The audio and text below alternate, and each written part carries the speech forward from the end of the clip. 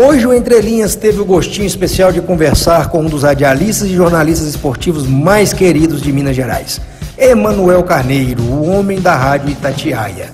Pai de 4 filhos, avô de 9 netos e com mais de 60 anos da sua vida destinados aos meios de comunicação, ele que também é empresário nos conta os bastidores e importância da considerada a Rádio de Minas.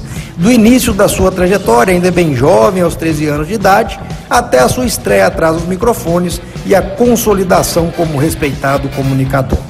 A história da rádio, que começou em Nova Lima, se tornou a maior do estado e hoje figura dentre as 5 grandes do país. O carinho com o irmão Januário, que o colocou nos meios de comunicação e assumiu o papel de padrinho e de referência com a morte precoce do pai. Detalhes da sua vida pessoal, o time do coração, família, o gosto por cinema e biografias e muito, mas muito papo de bola. No ar, o programa especial com Emanuel Carneiro. Começa agora mais um programa Entre Linhas. Hoje o nosso convidado vem de uma família de Patrocínio de Muriaé, filho de costureira, caçula de 3 filhos e que está há mais de 60 anos no ramo da comunicação e hoje dirige uma das 5 maiores rádios do Brasil, a Rede Itatiaia. Emanuel Carneiro. Um abraço a todos. Vamos conversar um pouquinho sobre rádio.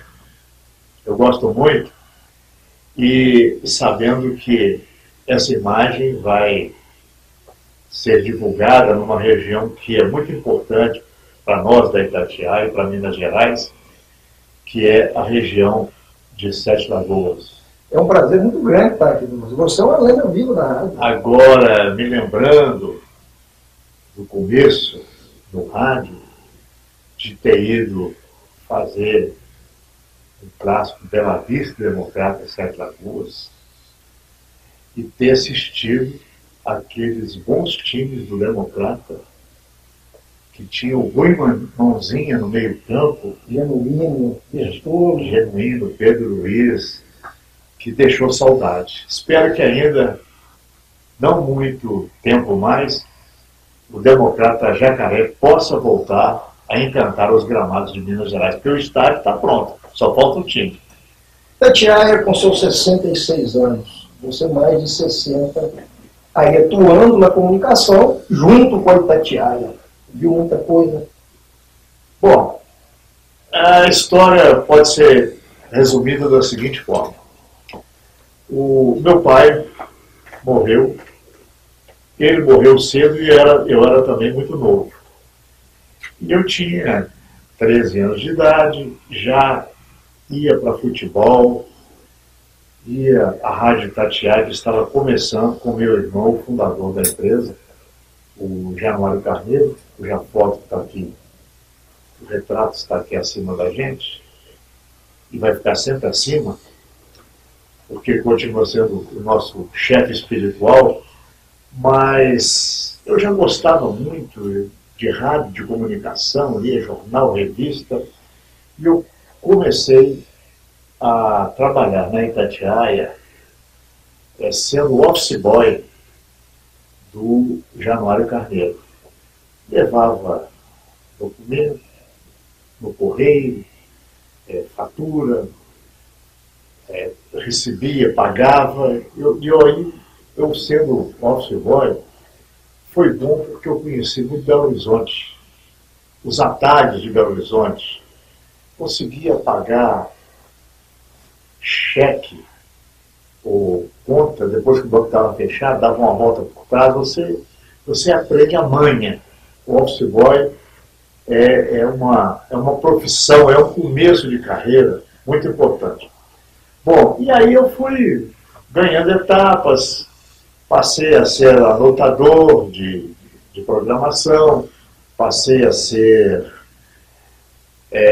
plantão esportivo, ficava ouvindo a emissora do Rio, de São Paulo, acompanhando os campeonatos pelo Brasil afora, e passava a informação para o plantão da Itatiaia, o Marco Antônio Bruck da época, e ele dava a informação.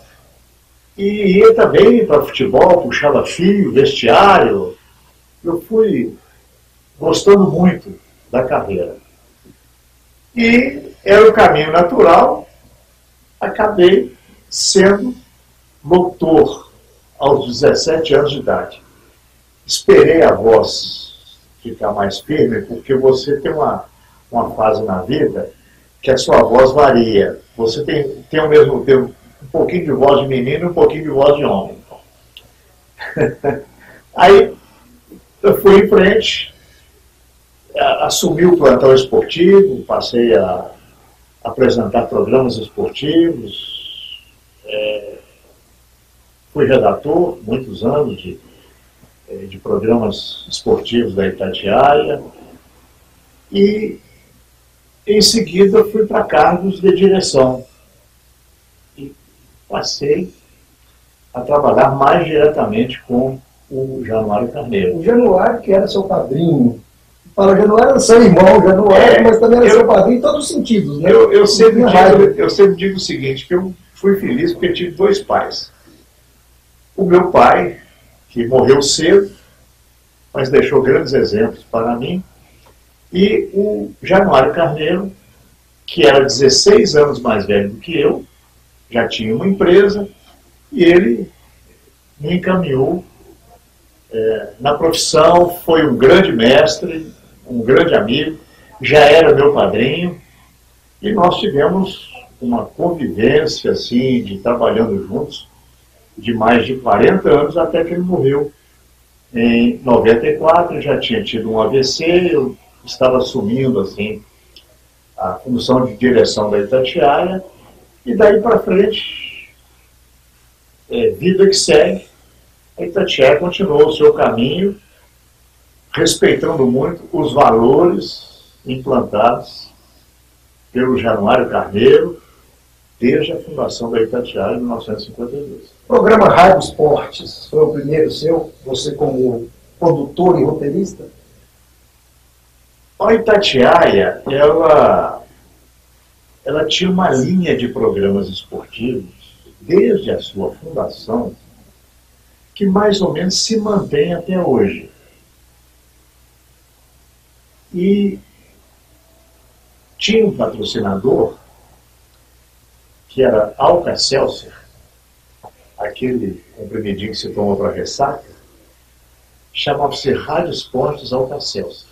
Então tinha o Rádio Esportes de manhã, que é hoje o tiro de meta, tinha o Rádio Esportes na hora do almoço, que permanece, tirou o nome Alka-Seltzer, mas continua o Rádio Esportes.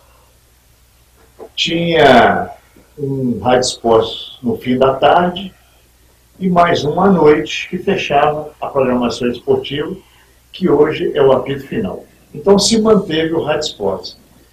Eu participava da produção do Rádio Esportes, fazia uma sessão que tinha no programa, que chamava-se Telesportes, que era o noticiário de outros estados. Se acompanhava demais aqui em Belo Horizonte, na região que a Itatiaia cobria, o Campeonato do Rio, e já tinha o Santos vindo, aquela história de Pelé, aquela mágica do Santos, e havia uma sessão no programa em que você lia duas laudas de noticiário fora do noticiário do futebol mineiro. E eu fiz isso durante muito tempo, passei a apresentar o programa. O programa era apresentado, como é hoje um jornal falado, com dois locutores, um lia um tópico, outro lia outro tópico, e foi assim durante muitos anos. Até que os programas se transformaram e tiveram âncoras. Hoje no Rádio Esportes, por exemplo, é o Milton Naves. E o programa da tarde, ele teve uma transformação radical, porque ele tinha o mesmo formato do Rádio Esportes. E eu tendo ido cobrir a seleção brasileira em 66, aquela seleção do Fiola, que convocou 44 jogadores e treinava em Teresópolis, eu fiquei lá no Rio mais de 3 meses acompanhando tudo. Foi, só para lembrar, foi a primeira convocação do Tostão, ele acabou indo para a Copa do Mundo, e eu passava esses boletins para Itatiaia todo dia. Mas eu voltei do Rio de Janeiro com uma ideia de fazer um programa que existia na Rádio Mauá, que se chamava Turma do Bate-Papo, apresentado pelo Orlando Batista. E era uma conversa com os repórteres. E esse programa tinha muita repercussão. Um dia, conversando no Maracanã com o Orlando Batista, eu falei com ele: Orlando, vou fazer lá em Belo Horizonte um programa parecido com o seu. Ele falou: tá, não tem problema não. Agora, só quero uma coisa, não pode falar mal do Vasco da Gama, que era o time do Orlando Batista. E aí começou a turma do bate-bola num outro formato, que é mais ou menos o formato hoje usado pelo rádio brasileiro. Uma mistura de noticiário com opinião, com conversa. É um programa, a turma do bate-bola é um programa que tem um pouco de irreverência, você leva um pouco assim, uma leveza natural, com humor, até aqueles fatos dramáticos do futebol. E o programa dá muito certo aqui na Itatiaia. Bom, nós vamos fechar o primeiro bloco. Você falou que não ia deixar você não sair, está passando errado, porque a conversa está boa. Fica lá. Nós vamos chegar no segundo bloco, nós vamos falar sobre o sucesso e a fórmula da Itatiaia. Não sai daí que nós já estamos voltando.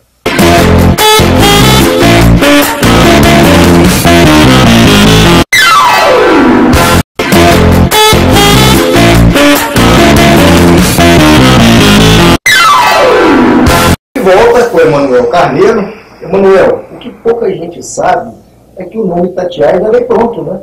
Veio pronto. Já comprou a rádio lá em Nova Lima com o nome pronto. Como foi isso aí? Isso é o começo do começo.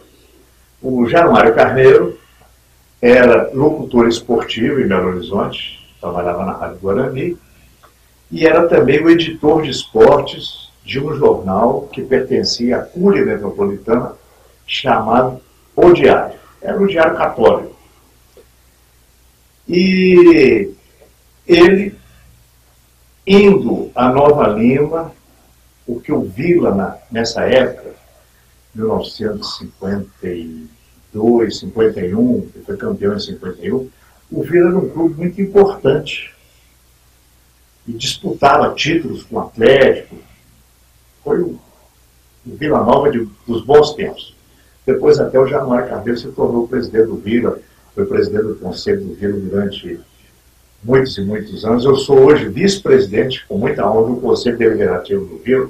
O Vila está no nosso coração aqui na Rádio Itatiaia. Bom, mas o Januário, ele foi chamado para ser o correspondente em Belo Horizonte de uma emissora que estava sendo implantada, que estava começando no rádio do Rio de Janeiro, chamada Rádio Continental. O slogan da Rádio Continental era o seguinte: Continental, a que está em todas. E a Continental entrou com um tipo de rádio diferente do que usava na época. Eram os programas de auditório da Rádio Nacional, novelas, programas humorísticos, rádio-teatro, cantores ao vivo. E a Continental já veio com uma ideia que estava surgindo nos Estados Unidos, que era o rádio enfrentar a concorrência da televisão de uma outra forma.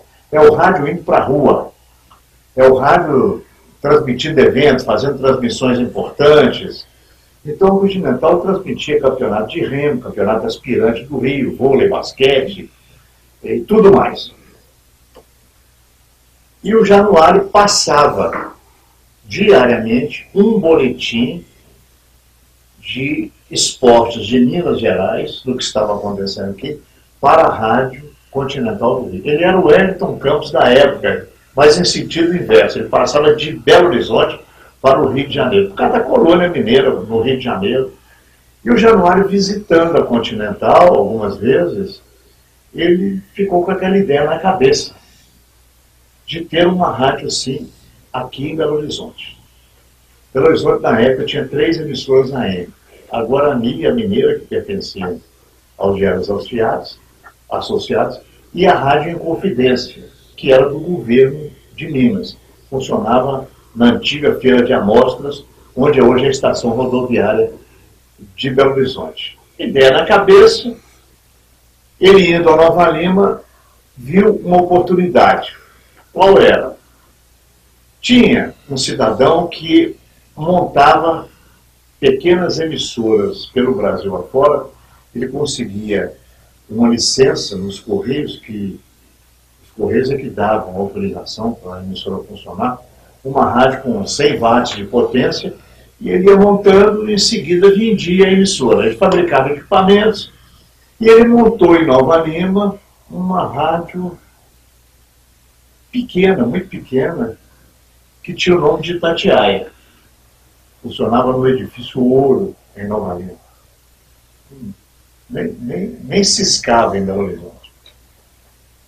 E ele, o Januário, aproveitando que esse camarada, ele montava a rádio, vendia, ia montar outra no outro lugar, acabou fazendo um esquema com muito sacrifício e tal, e comprou essa emissora, e passou a tocar essa emissora. Mas sem deixar de trabalhar na Rádio Guarani, no diário, porque a rádio, lá em Nova Lima, não tinha muita condição de sobrevivência.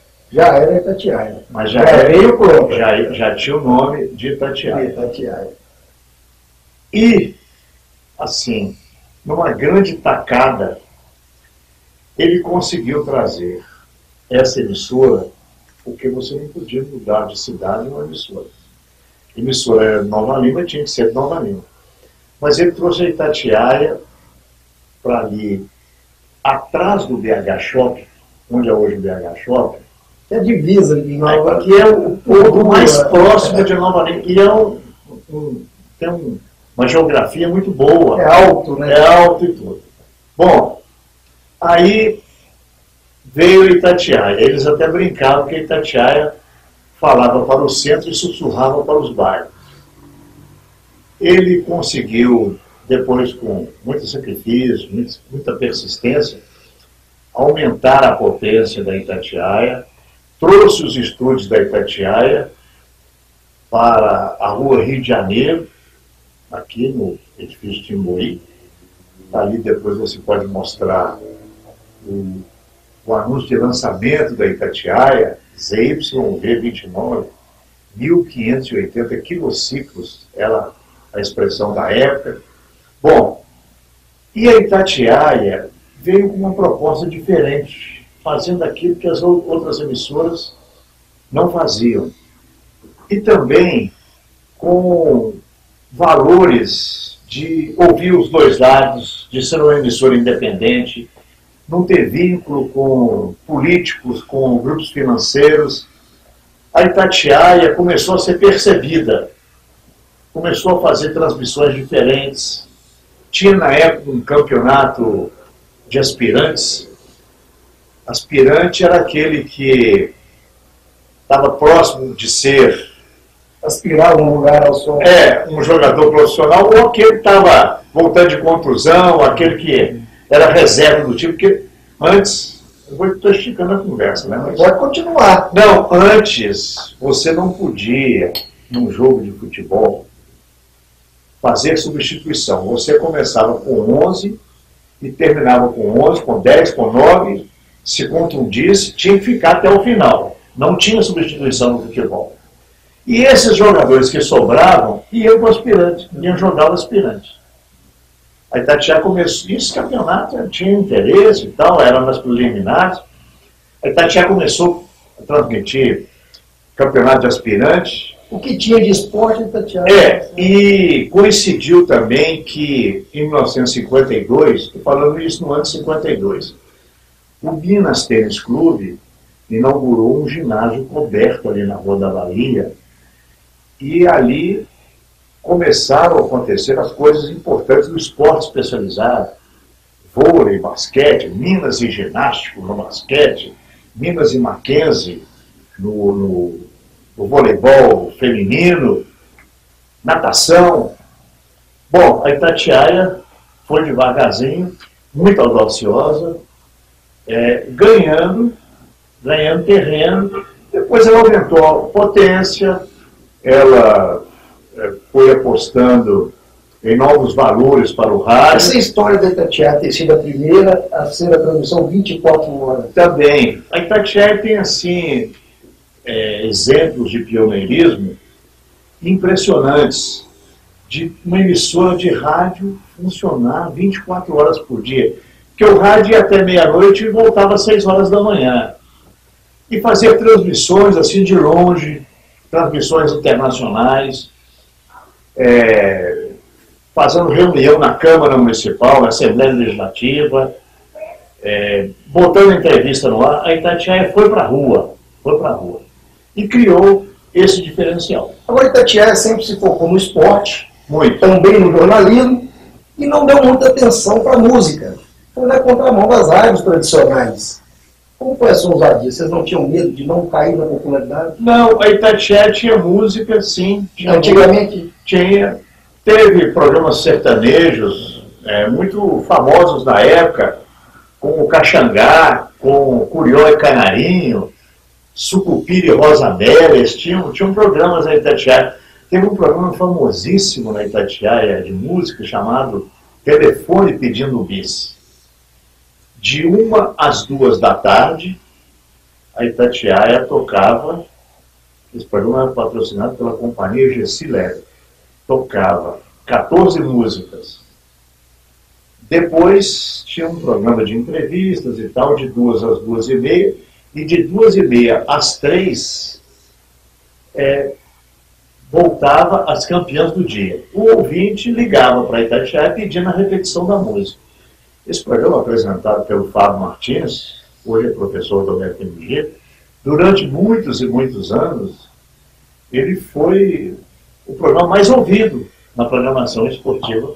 Mas hoje a prioridade é o jornalismo e o esporte. São e a prestação de serviços. Né? Quando você dá, por exemplo, no ar uma nota de falecimento, poucas emissoras fazem isso, você está passando uma informação que faleceu uma pessoa e você está comunicando isso para os amigos, para os parentes, para as pessoas que estão distantes. E a Itatiaia tem isso anos e anos. A Itatiaia pede sangue para quem está precisando, um cão desaparecido que deixa uma criança assim, numa apreensão muito grande, pessoas desaparecidas, e ela não cobra, nunca cobrou nada por isso. Ela tem esse lado de estreita participação, vinculação com a população na área que ela abrange mais, que é a região metropolitana. Eu conversei muito com o Emanuel Carneiro, gestor. Agora, infelizmente, nós vamos ter que entrar no assunto que você não gosta, que é futebol. Não. No próximo bloco nós vamos falar com o Emanuel, jornalista. Tá. Inclusive, tem programa diário aqui. Tem. A turma do bate-bola.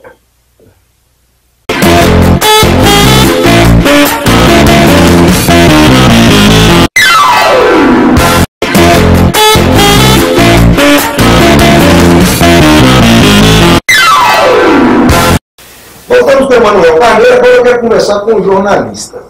Se bem que dá para separar essa questão de gestor de jornalismo, porque muitas vezes a emoção quer sobressair. Tem um lado comercial, que precisa de lucro, precisa de resultado. Como você faz para conciliar o gestor e o jornalista apaixonado pelo esporte? A Itatiaia tem uma presença muito forte na cobertura esportiva.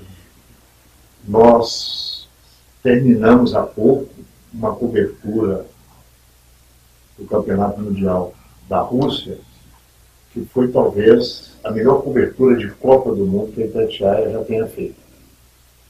Porque exigiu um trabalho muito grande, um país com uma língua estranha, muito distante do Brasil, e fizemos um trabalho de preparação muito grande e mandamos uma equipe, a maior do rádio brasileiro, para os vários estádios da Rússia, e a Copa foi muito boa. Não foi 100%, porque o Brasil ficou na metade do caminho. Poderia ter ido mais. Isso é outra história. Mas nós fazemos a cobertura esportiva com um profissionalismo total, com uma lisura absoluta, imparcialidade. Vamos diariamente ao CT do Atlético, ao CT do Cruzeiro, ao CT do América, de manhã, à tarde. Somos sempre os primeiros a chegar, os últimos a sair. Sábado, domingo, acompanhamos as equipes mineiras na cobertura de competições nacionais. Tratamos com o mesmo carinho o Campeonato Mineiro, que é disputado no primeiro trimestre de cada ano aqui em Minas Gerais. E, paralelamente, também damos um tratamento hoje excepcional ao jornalismo, à prestação de serviço. A Itatiaia está com correspondentes pelo Brasil afora, alguns em algumas partes do mundo, e isso ocupa hoje na nossa grade de programação um espaço quase que total. Acabamos de lançar agora um jornal às 7 horas da noite, que era um sonho antigo de flexibilizar a Voz do Brasil. E agora, depois da turma do bate-bola, que é de 6 às 7 horas da noite, entramos com um jornal dando o resumo do dia. Esse jornal tem pouco tempo que está no ar, mas já tem uma audiência assim surpreendente para nós. Mas eu participo hoje da programação esportiva da Itatiaia Diariamente? Mas muito menos do que antes. A equipe é muito maior, está muito bem estruturada. Então, eu acumulo com esse programa esportivo a direção da Itatiaia, das emissoras que compõem a rede Itatiaia. Nós temos uma rede de mais de 70 afiliadas no estado de Minas Gerais. Temos 5 emissoras próprias no interior, em cidades polo, como Juiz de Fora, Montes Claros, Patinga, Varginha, Ouro Preto. E isso ocupa um tempo muito grande. Temos que estar atentos o tempo todo, porque hoje estamos vivendo no Brasil uma situação política, uma situação financeira. Esperamos que isso não dure tanto tempo mais. Isso tudo exige uma atenção absoluta. Sábado, domingo, feriado, sempre está acontecendo alguma coisa que muda a nossa rotina, que muda a nossa forma de fazer a cobertura. A economia principalmente. Os anunciantes entram, saem. Ouvindo a população. A Afonso Pena está fechada porque tem uma greve disso, uma manifestação daquilo. A cobertura que a Itatiaia faz, ela é intensa, né? É uma emissora hoje que tem 215, 220 funcionários em cima, principalmente, da informação. Nós temos um slogan que falamos dele muito, mas é uma verdade: a Itatiaia dá notícia de tudo. Esse é Eu fiquei sabendo o nosso foco. Uma informação que me deixou muito feliz, que você é atleticano. É um assunto delicado, você tem não, absolutamente não. Mas eu queria agradecer a cliente da sua mãe, que era a rezadeira, que te influenciou a torcer pro Galo. Não tem essa história? Eu tenho 3 minutos para contar essa história. Eu sei que pode contar. É o seguinte. No pessoal, mas o jornalista é isento. Não. Mas é atleticano. Eu nunca escondi isso, nunca. Porque tem jornalista que não gosta de falar isso. Mas eu sou de uma época em que eu via, por exemplo, o rádio do Rio de Janeiro. O João Saldanha era botafoguense, o Jorge Cury era flamenguista, o Orlando Batista era vascaíno, e isso era uma coisa normal. Mas só que Atlético e Cruzeiro radicalizaram muito. Então, eles não são adversários mais, eles são inimigos. Mas veja bem, eu era menino, 6, 7 anos de idade. O Atlético foi fazer uma excursão na Europa. E foi perto do fim do ano, não sei porquê. Já era inverno na Europa. E foi o primeiro clube brasileiro a ir à Europa depois da Segunda Guerra Mundial. Bom, resumindo, a excursão caminhava para o final estava se aproximando também o Natal, e o empresário que levou o Atlético não tinha as passagens de volta, estava devendo o clube algumas cotas, e o Atlético ficou parado na Europa, sem saber se ia voltar. As notícias custavam a chegar, não, o Atlético está passando dificuldade, não tem comida. Não era bem isso, não. O Atlético estava lá esperando uma solução. E a minha mãe, a gente morava no bairro da Serra, que eu adoro, moro lá até hoje. A minha mãe tinha uma amiga que era atleticana, que era coisa rara, até antigamente, a mulher torcer. Ela ia lá para casa, no fim do dia, depois que ela largava o serviço, rezar o terço para o Atlético voltar. Acendia uma vela, tinha lá em casa uma Sagrada Família, que está na minha casa hoje, tá? Uma imagem da Sagrada Família, e ela rezava, chamava Augusta, para o Atlético voltar, o Atlético, não sei, vai acabar o Atlético, isso e aquilo. Até que o governador de Minas, na época, o Milton Campos, ele mandou as passagens e o Atlético voltou. E chegou a Belo Horizonte com uma festa. Mas foi ela que te convenceu. Não, eu fiquei impressionado com tudo aquilo. E achando que aquela reza ali que ajudou o Atlético a voltar. Melhor ser atleticano. E eu participei dela. Bom, mas também havia uma coincidência. O menino hoje, 6, 7, 8 anos de idade, ele torce para o time que está vencendo.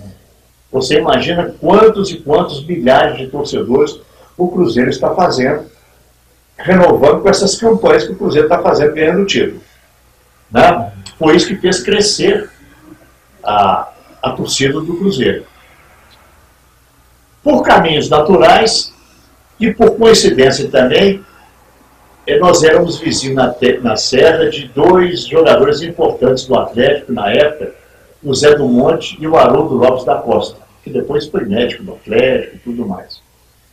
Isso me influenciou. Mas eu tenho uma preocupação absoluta, diária, 24 horas por dia, de ser isento no ar. E, quando entra um locutor para Itatiaia, um jornalista, nós fazemos várias perguntas para ele. Onde você nasceu, de onde você veio, quem é seu pai, onde você estudou. Só não perguntamos que time que ele torce. Sabe por quê? Se ele falar, eu não tenho time para agradar, ele está falando mentira, porque todo mundo tem começa a mão. É o juiz de futebol, é o dirigente, é o governador, é o presidente da República, é empregado doméstico, todos têm alguma vinculação com o time. Por isso é que, sempre que me pergunta, essa pergunta não me deixa de saia justa, não fala. Não, o meu time de referência antigo e tal é o Atlético. Mas eu comprei, bom atleticano, eu não perguntei, eu afirmei. Não. E eu criei também uma simpatia, uma vinculação especial com o Vila Nova. Eu acho que o Vila Nova é um caso fabuloso de sobrevivência. Saber como o Vila já tem 110 anos viver nessa situação que ele vive. E mais, até por influência de um amigo do meu irmão, o Canoa Simões Coelho, um jornalista que morava no Rio, mas representava o futebol mineiro no Rio, resolvia problemas do Atlético, do Cruzeiro, do América, do Vila Nova. O Canoa Simões Coelho era também dirigente do Botafogo. E uma vez ele trouxe do Rio, para mim, de presente, um jogo de botões do Botafogo. E eu criei com aquilo ali uma paixão pelo Botafogo, porque aqui se acompanhava muito o futebol do Rio. O meu amigo era Fluminense, ele tinha um jogo de botão do Fluminense, outro era Vasco, outro era... Meu pai era Bangu. O Bangu, o América do Rio era time também importante. Então eu fui muito também apaixonado, acompanhando muito o Botafogo. É aquela fase que acho que não volta mais, Garrincha, Didi, Milton Santos, Amarildo, Zagallo, Pampulini, Manga. O Botafogo fez história. O azar do Botafogo foi que ele fez tudo isso numa época que tinha o Santos e o Pelé. Ficou na sombra. Não, ficou, mas disputava e tudo mais. E a gente, acompanha aqui na Itatiaia com muito carinho, com muito entusiasmo, o sucesso do futebol mineiro.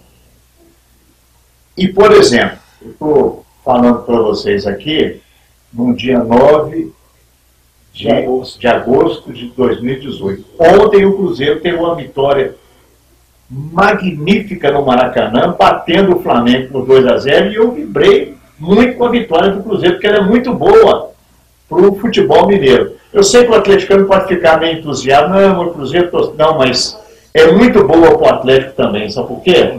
Um puxa o outro. Um puxa o outro. Não tirou a forte de Minas. Mas, né? Mas ontem estava difícil de torcer. O atleticano torceu para o Flamengo, para o Cruzeiro. É melhor mudar o canal. Você jornalista, tudo bem, mas é muito bom para o futebol mineiro. O futebol mineiro tá brigando sempre na cabeça. Hoje, o que nós estamos vendo na realidade brasileira é que São Paulo tomou uma distância muito grande em relação aos demais estados brasileiros. E como Minas recuou, travou, a economia mineira não está bem já há algum tempo, essa distância ela ficou assim descomunal. Você vai a São Paulo hoje, desce lá, não precisa ser em Guarulhos não, em Congonhas, e você vê a cidade, vê aquele movimento, parece que você está num outro país. Outro dia um amigo meu brincou assim, olha, vamos para São Paulo, passear lá, enquanto não precisa trocar dinheiro nem mostrar passaporte para ir lá, porque está virando um outro país. A gente lá Está virando um outro país. Por isso é que nós temos que reconhecer aqui em Minas Gerais que o Atlético, o Cruzeiro, agora também o América, disputando, ganhando títulos contra Corinthians, contra Palmeiras, contra São Paulo, que tem verbas de futebol, de patrocínios muito maiores, estádios, estão em cidades muito maiores, no caso do Rio e São Paulo, e Minas Gerais está sempre equilibrada e às vezes à frente do futebol do Rio e de São Paulo. Eu sou de uma época em que o Canto do Rio vinha jogar em Belo Horizonte, fazer amistoso, todo mundo ao Canto do Rio, vai o Madureira, o Bom Sucesso. Isso era uma distância enorme. O futebol mineiro era um futebol assim, quase que genérico no Brasil. O Rio Grande do Sul era mais importante em futebol do que Minas Gerais, Pernambuco talvez também, e principalmente após o Mineirão, a isso devemos ao Gil César Moreira de Abreu, a raça dele, a coragem, a ousadia dele, nós equilibramos essa situação. Diminuímos essa diferença tão grande. E estamos lutando, somos respeitados, temos jogadores importantes, títulos importantes recentemente, e faz parte da história. Agora, nós temos muita coisa em comum. Gostamos de futebol, torcemos para o Atlético, gostamos de cinema e de biografia. Biografia eu adoro biografia. Para você, quem foi o maior atleta do Brasil, de todos os tempos, independente do segmento? Atleta, jogador de futebol? Qualquer segmento. Como jornalista esportivo. Qual é... Atletas, antes de chegar ao futebol, ela faleceu recentemente, a Maria Esther Bueno, que era pouco divulgada, porque ela disputava torneios no exterior, e o tênis não tinha essa presença na mídia, mas ela foi extraordinária. O Ademar Ferreira da Silva, 2 vezes campeão olímpico, Éder Joffre, mais agora próximo da gente, o Gustavo Kirten, os pilotos, Ayrton Senna. Você leu a biografia do Ayrton Senna? Piquet, Emerson Fittipaldi. O Brasil tem, assim, jogadores de vôlei que deixaram sua marca. O Brasil ficou primeiro mundo em vôlei. Mas escolheu um. Quem você escolheu?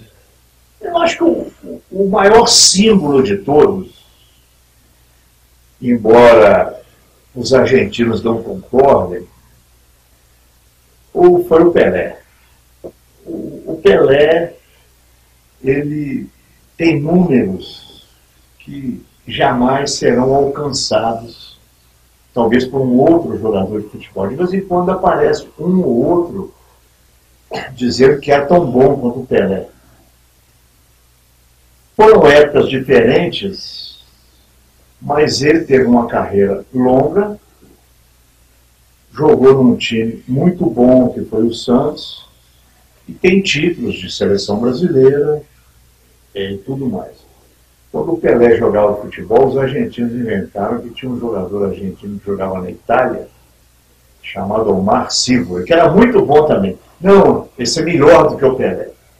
Depois foi o Batistuta, depois foi o Maradona, agora é o Messi. Não, são todos ótimos jogadores. Caso, por exemplo, agora do Cristiano Ronaldo, que tem números excelentes, mas está caminhando também para o fim de carreira, já está com 34 anos, mas também deixou sua marca na história. São épocas diferentes, mas no conjunto da obra, o Pelé continua sendo imbatível. Eu não queria ir embora, eu até morava aqui, que a sala é tão boa, mas eu não posso terminar o programa sem falar da seleção. Inclusive, eu li 2 artigos seus, Um Novo Futebol e Hora de Refletir, que você escreveu algumas opiniões, inclusive sobre essa questão dos times, dois são muito equiparados. Né? Queria que você finalizasse o programa falando um pouquinho dessa Copa, que serviu para mostrar que o Brasil já não está com a bola tão cheia como antigamente, e o que seria esse novo futebol e como repercute a seleção brasileira nesse contexto. Bom, o Brasil tem uma forma diferente de fazer futebol profissional. Os europeus avançaram mais do que nós, tanto na parte técnica quanto na parte financeira. Na parte técnica, eles passaram a contratar jogadores de outros países, africanos, jogadores sul-americanos principalmente, e isso deu a eles um tipo de futebol tão bom quanto o brasileiro. E na parte tática, eles superaram o Brasil, porque em termos de técnicos de futebol, nós estamos muitos e muitos quilômetros atrás dos técnicos que atuam no futebol europeu. E o futebol brasileiro, querendo se comparar ao europeu, passou a pagar salários, a fazer contratos que não são compatíveis com o futebol que se pratica no Brasil e a arrecadação que se tem no Brasil. Nas últimas horas, os ministros do Supremo, eles fizeram uma votação para aumentar salários, passando de 33% para 36%. 16% ontem, né? Aqui. Qualquer jogador de Série B do Campeonato Brasileiro aí ganha 40, 50 mil reais. E aí o Guerreiro, o Internacional, com 34 anos de idade, com acusação de doping e tudo mais, ganhando 800 mil. E você veja aqui no Atlético e no Cruzeiro jogadores ganhando fora da realidade. O futebol brasileiro precisa voltar a ter juízo. Fazer um futebol profissional de acordo com as suas possibilidades.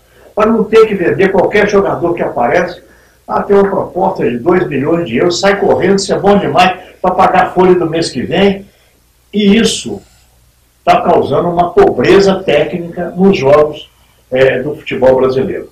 Sobre a Copa do Mundo, para mim, é uma competição ingrata, porque depois dos 3 primeiros jogos, a partir do 4º jogo, é mata-mata.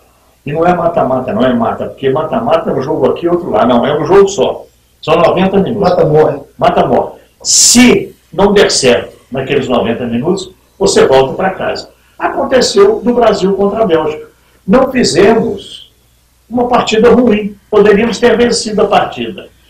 Lembre-se da Copa de 2010 na África do Sul. O Brasil ganhava bem, jogando bem da Holanda por 1-0. Houve uma falha lá e tal, a Holanda empatou, o Brasil desarvorou e foi eliminado. E agora aconteceu contra a Bélgica.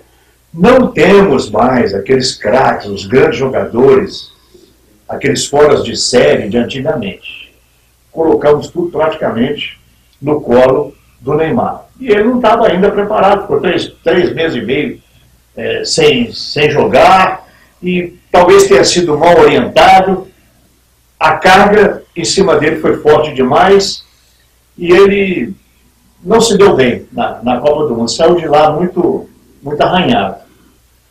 Mas a paixão do brasileiro pelo futebol, ela continua viva como nunca.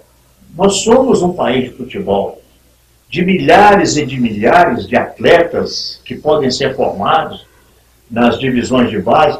Temos que parar com esse negócio de precisa de um lateral, traz um jogador do Equador, precisa de um volante, traz um jogador da Colômbia, precisa de um jogador, traz um chileno. São países que têm um futebol muito mais pobre do que o futebol brasileiro. E nós temos aí gente, meninos, querendo oportunidade. Aí tem que haver um trabalho dos clubes, paciência, não querer formar um jogador da noite para o dia, e o Brasil voltar a um caminho normal. O que está acontecendo muito e que isso é uma situação grave.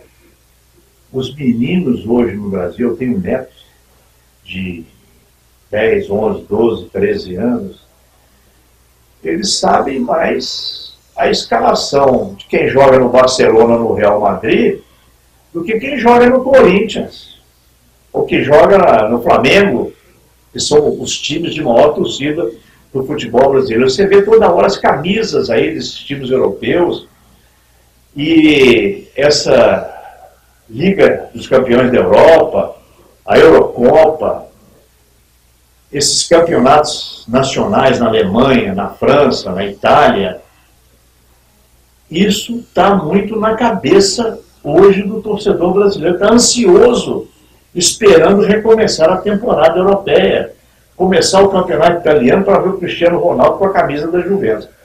Esse é um lado grave do futebol brasileiro, que convive também com uma situação da economia brasileira não estar ainda nos trilhos, de estarmos vivendo situação política, de estarmos vivendo